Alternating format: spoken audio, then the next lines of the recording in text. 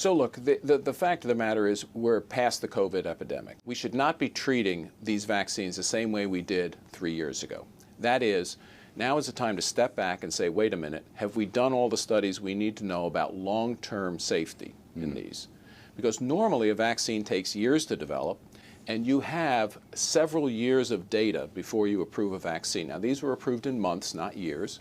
So anybody who says we have long-term, we know what the long-term effect of these are, isn't telling you the truth. We can't possibly know it because we've only had them around for 3 years. And where I'm particularly concerned is in children, because it's really clear that the risk of COVID to children is much, much less than it is to a 75 or an 80-year-old or a 65-year-old.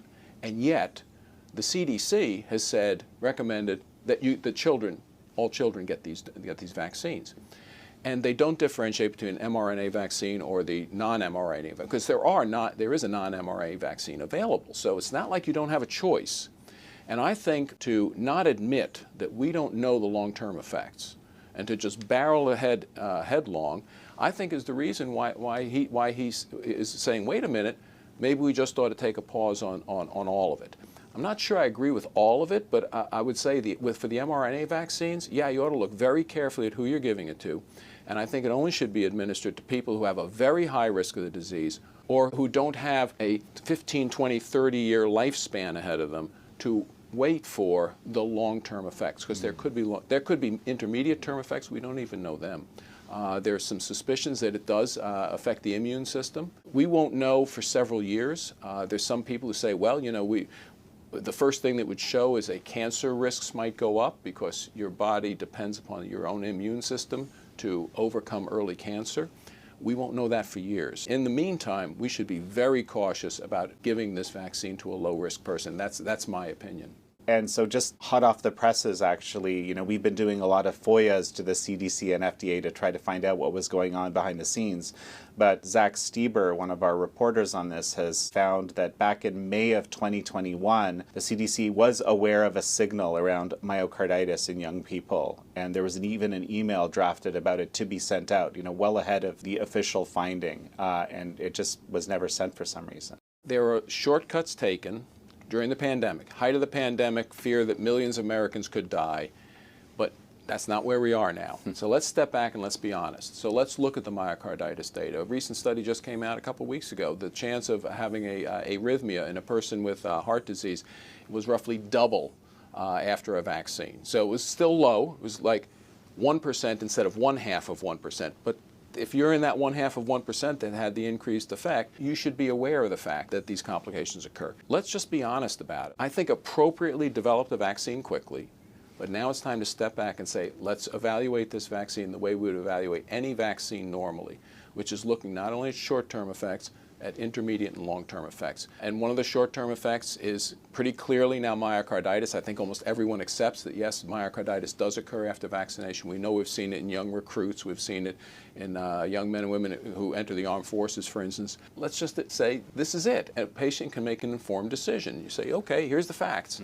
This is your risk category. Here are the risks of getting the vaccine. What do you want to do? Instead, the government has taken a pretty heavy-handed approach, again, with the CDC putting it into their recommended childhood vaccines. And when I questioned the former CDC director, she said, well, we had to do that because otherwise the free vaccine program for poorer individuals wouldn't pay for it unless it was our recommended vaccine. And I'm like, no, we could have changed that. You could have come to Congress and said, look, make a COVID exception where a COVID vaccine would be paid for without it being recommended to everyone. But when you're making decisions like that, again, this is why people question the science at FDA or CDC, because the CDC, instead of saying, yeah, every child needs this vaccine, is saying, oh, we have to put it in this category so that some can get it paid for out of a free government program. That's not the way science ought to be done. And with kids, I mean, the risk was always infinitesimal to children across the board. I mean, I don't think there was ever a time where the cost-benefit worked out. Not if you were healthy. Look, if you were, God forbid, you had an immunocompromised child, you know, getting cancer treatment, it's a totally different story. But for a healthy child, yeah, the risk-benefit ratio was not favorable to getting the vaccine. It's still on the schedule, as you're Yes, saying, the right? CDC has not backed off. I don't want to put words in your mouth, but why shouldn't we be researching the crap out of this? Yeah, we're attempting to do it, like I said, on the Appropriations Committee, also on the subcommittee that oversees HHS and therefore CDC.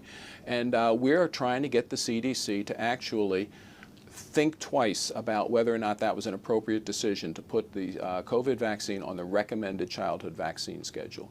So at Epoch Times, we produced a documentary called The Unseen Crisis. I was actually the executive producer of it. And one of the things we found is, for example, you have groups like, for example, React 19, which are acting to help people who are COVID vaccine injured. That's their primary role. They have something like 30,000 or 40,000 now people that are involved in it, and they've helped quite a number. Now, the issue is that a few of them, including one of the women that runs it, she was actually treated at the National Institutes of Health. She has detailed conversations recorded with some of the top people there. The point is, there's an awareness that this is an issue, and some people have actually been treated for it. Mm-hmm. But broadly speaking, it's not something that's admitted to, right? And so this creates a situation where a lot of these people that are injured, actually, the doctors don't even understand what they're seeing. They sometimes think it's, basically that's in their heads, I mean, just put it glibly.